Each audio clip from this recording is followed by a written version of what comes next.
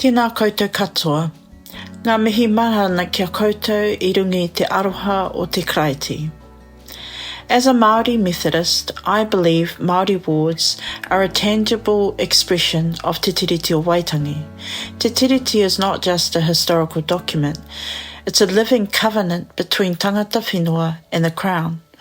It affirms our tino rangatiratanga, our right to lead and participate fully in decisions that affect our whānau, hapu and iwi.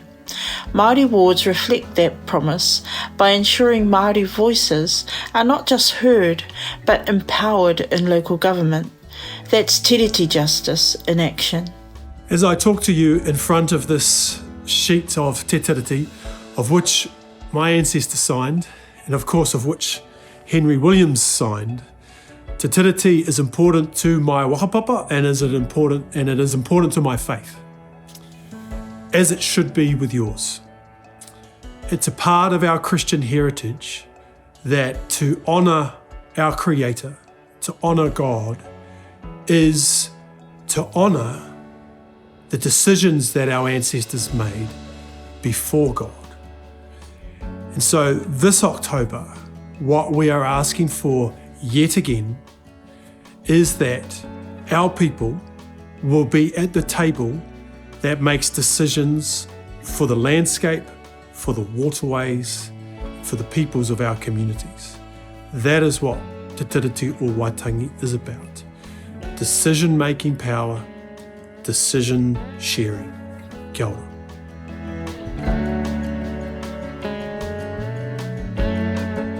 In 2 Corinthians, Paul speaks of the ministry of reconciliation, a vision where all things are made new in Christ.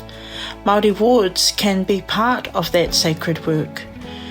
When Māori are truly represented, we move closer to a society that reflects the heart of God, one of equity, mutual respect, and shared leadership. This isn't about division. It's about healing, restoration, and honouring the gifts each culture brings.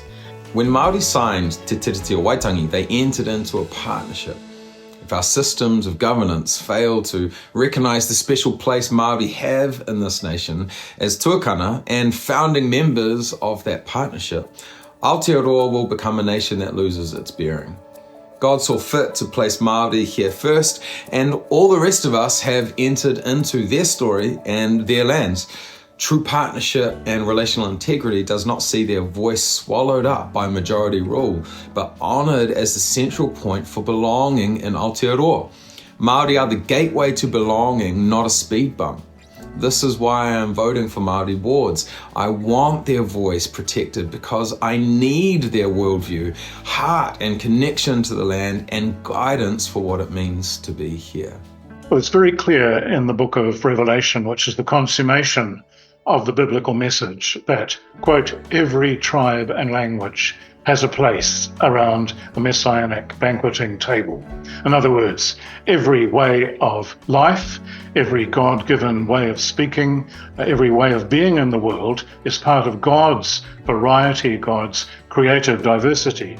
And what we want at the end of all things, to sum everything up, is a unity and a diversity. And the provision of Māori wards is one way of embodying, say te whakatinana, to give it life embodiment in this particular covenantal tiriti relationship we have in these islands.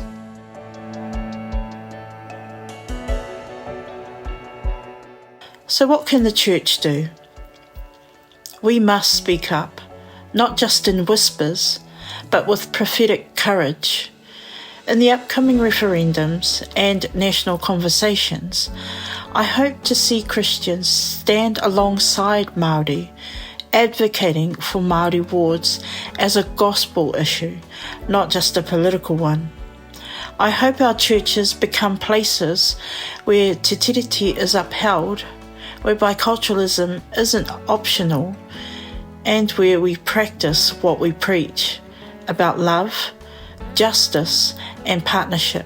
Since the Anglican Church, supported by other churches, did post, translate and promote the treaty from 1840 onwards, was our word, it was our sermons, it was our personnel, it was our networks that enabled this covenant, this partnership, this interdependence to form the basis of our democracy and nationhood. I think we have a moral obligation to seriously consider now how we can support this way of being now in local bodies. I think we have a responsibility to pray, to talk with each other, to debate, to question, but then to come hopefully to some kind of positive, constructive conclusion together about our responsibility to our past, to the pledges we encouraged, and to the kind of country we want to see grow and thrive together.